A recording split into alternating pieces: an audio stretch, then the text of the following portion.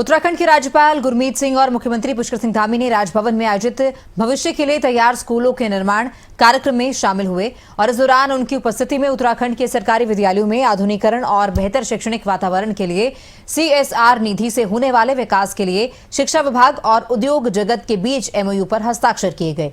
राज्य सरकार द्वारा शिक्षा के आधुनिकीकरण और बेहतर शैक्षणिक वातावरण देने के लिए उद्योग जगत के साथ मिलकर एक नई पहल शुरू की गई है, जिसके तहत प्रदेश के 550 राजकीय प्राथमिक और माध्यमिक विद्यालयों में ये पहल शुरू की जा रही है। इसके अंतर्गत अधिकतर विद्यालय पर्वतीय क्षेत्र के शामिल किए जाएंगे। आज एक बहुत ही अभिनव पहल हुई है।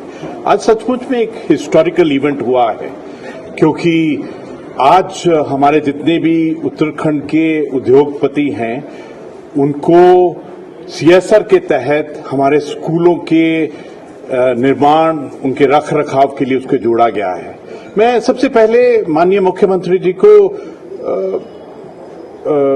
मैं आभार प्रकट करना चाहता हूं कि उन्होंने इतनी सुंदर सोच और इतनी अभिनव पहल की है, जिससे हमारे जितने भी उद्योगपति हैं उनको एक अवसर मिल रहा है कि किस प्रकार से वो स्कूल के अंदर में उनके जो स्टैंडर्ड हैं, उनकी जो कंडीशंस हैं, उसको किस प्रकार से ऊपर लेके जाए। हमारे सामने में 21st सेंचुरी के एजुकेशन की चुनौतियां हैं। हमारे सामने में आने वाले समय में हम किस प्रकार अपनी अमृत पीढ़ी अपने बच्चों को स्कूल के अंदर में एक बहुत ही सुंदर शिक्षा दे सके। ये एक नई पहल हम लोगों ने शुरू करी है। सभी उद्योग समूह के लोगों से हमने अनुरोध किया था कि वो जो हमारे स्कूल हैं, सीमांत क्षेत्र के स्कूल हैं, पर्वतीय क्षेत्र के दुर्गम इलाकों के स्कूल हैं, जहाँ पर हमारे छात्रों को, छात्राओं को पठन पाठन के लिए अच्छे स्मार्ट क्लासेस चाहिए, कंप्यूटर चाहिए, लैब चाहिए, अच्छे साफ स्वच्छ शौचालय चाहिए, क्रीड़ा के मैदान चाहिए, उनका ब्यूटिफिकेशन होना है, बिजली की सुविधाएं चाहिए। तो उन स्थानों पर आगे आकर वो भी अपना योगदान दें।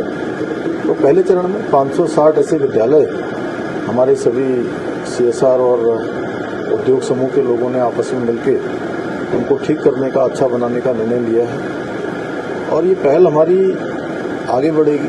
आज ये शुरुआत हुई है। आज राज्यपाल महोदय आज इसमें सम्मिलित हुए, उन्होंने हम सबका प्रोत्साहन किया। मैं उनका भी धन्यवाद करता हूँ, हमारे शिक्षा मंत्री जी का, जिन्होंने इसका पूरा संयोजन किया, और हमारे सभी उद्योग समूह के लोगों का भी, जिन्होंने आकर बढ़ चढ़कर इसमें भागीदारी ली है।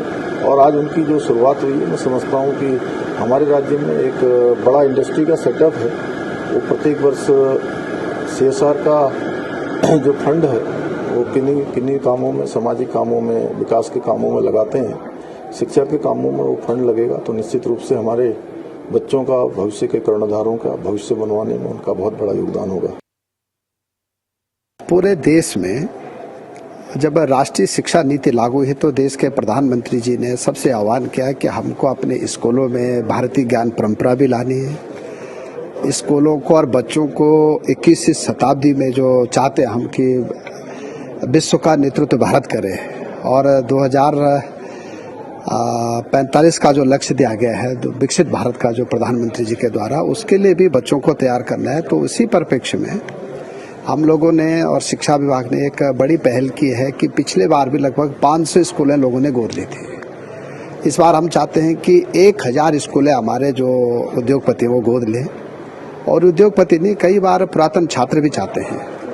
मुझे 3 मीडिया के बंधु भी मिले हैं। उन्होंने कहा, मंत्री जी, हम अपने स्कूल को गोद लेना चाहते हैं, उसकी कोई SOP जारी करिए। तो 1 हफ्ते में हम इसकी SOP जारी कर रहे हैं।